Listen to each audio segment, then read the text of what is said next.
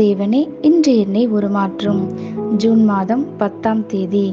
உறுதியான அஸ்திபாரம். சங்கீதம் 119, 133. உம்முடைய வார்த்தையிலே என் காலடிகளை நிலைப்படுத்தி ஒரு அநியாயமும் என்னை ஆள ஒட்டாதையும்.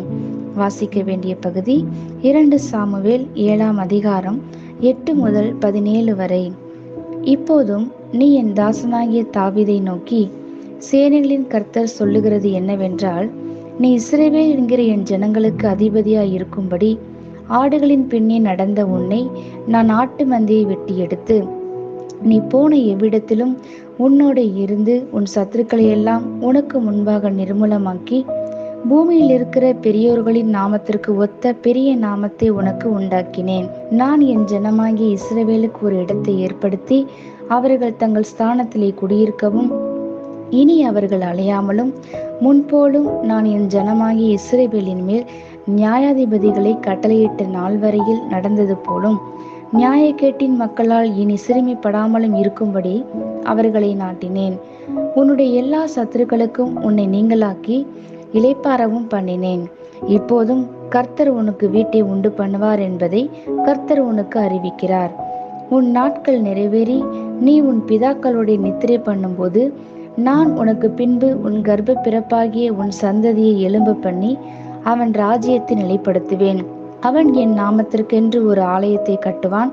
அவன் ராஜ்யபாரத்தின் சிங்காசனத்தை என்றென்றைக்கும் நிலைக்க பண்ணுவேன். நான் அவனுக்கு பிதாவாய் இருப்பேன், அவன் எனக்கு குமாரனாய் இருப்பான். அவன் அக்கிரமம் செய்தால் நான் அவனை மனுஷருடைய மிலாற்றினாலும் மனுபுத்திரருடைய அடிகளினாலும் தண்டிப்பேன். உனக்கு முன்பாக நான் தள்ளிவிட்ட சவுலிடத்திலிருந்து என் கிருபையை விலக்கினது போல அவனை விட்டு விலக்க மாட்டேன். உன் வீடும் உன் ராஜ்யமும் என்றென்றைக்கும் உனக்கு முன்பாக ஸ்திரப்பட்டிருக்கும். உன் ராஜாசனம் என்றென்றைக்கும் நிலை பெற்றிருக்கும் என்கிறார் என்று சொல்ல சொன்னார்.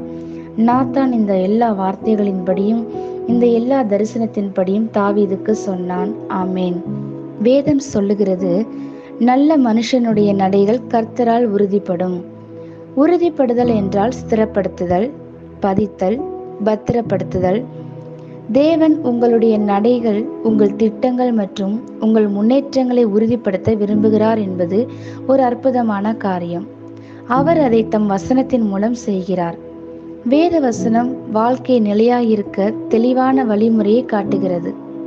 பாதுகாக்கப்படுதல் அல்லது நிலைநிறுத்தப்பட்டிருத்தல் எனும் உன்னத அனுபவத்தை தேவன் தமது பிள்ளைகள் எல்லாருக்கும் வைத்துள்ளார். அவர் உங்களுக்காக தம் சிந்தையில் அப்படிப்பட்ட ஒரு உறுதியை வைத்துள்ளார். அதை செய்யவும் அவரால் முடியும். 1 பேதுரு 5:10 கூறுகிறது, கிறிஸ்து இயேசுவுக்குள் நம்மை தமது நித்திய மகிமைக்கு அழைத்தவராய் இருக்கிற சகல கிருபையும் பொருந்திய தேவன் தாமே கொஞ்ச காலம் பாட அனுபவிக்கிற உங்களை சீர்படுத்தி, ஸ்திரப்படுத்தி, பலப்படுத்தி, நிலைநிறுத்துவாராக. தேவன் ஒரு மனிதனை ஸ்திரப்படுத்தும் போது அவன் ஒருபோதும் அசைக்கப்படுவதில்லை. பாதாளத்தின் வாசல்களும் அவனை மேற்கொள்ள முடியாது. அது பலத்தின் மேல் பலத்திற்கும் வெற்றிக்கு மேல் வெற்றிக்கு கடந்து செல்லுதல். அதற்கு நாம் செய்ய வேண்டியதெல்லாம் வசனம் நம் வழிகாட்டியாகவும் நம் ஆலோசனையாகவும் இருக்க அனுமதிக்க வேண்டும். எந்த அக்கிரமமும் உங்களுக்கு மேலாக பலன் கொள்ளாது. தேவனுடைய வார்த்தை நம்முடன் பேச அனுமதிக்க நாம் அதற்கு பிரிந்திராத கவனத்தை தர வேண்டும். வசனத்திற்கு ஒவ்வொரு நாளும் சிதறாத நேரத்தை கொடுங்கள். திறந்த மனதோடு அதனை வாசியுங்கள். நீங்கள் வாசித்ததை மீண்டும் மீண்டும் சிந்தித்து வசனம் உங்களுடன் தெளிவாக பேசும் வரை தியானியுங்கள்.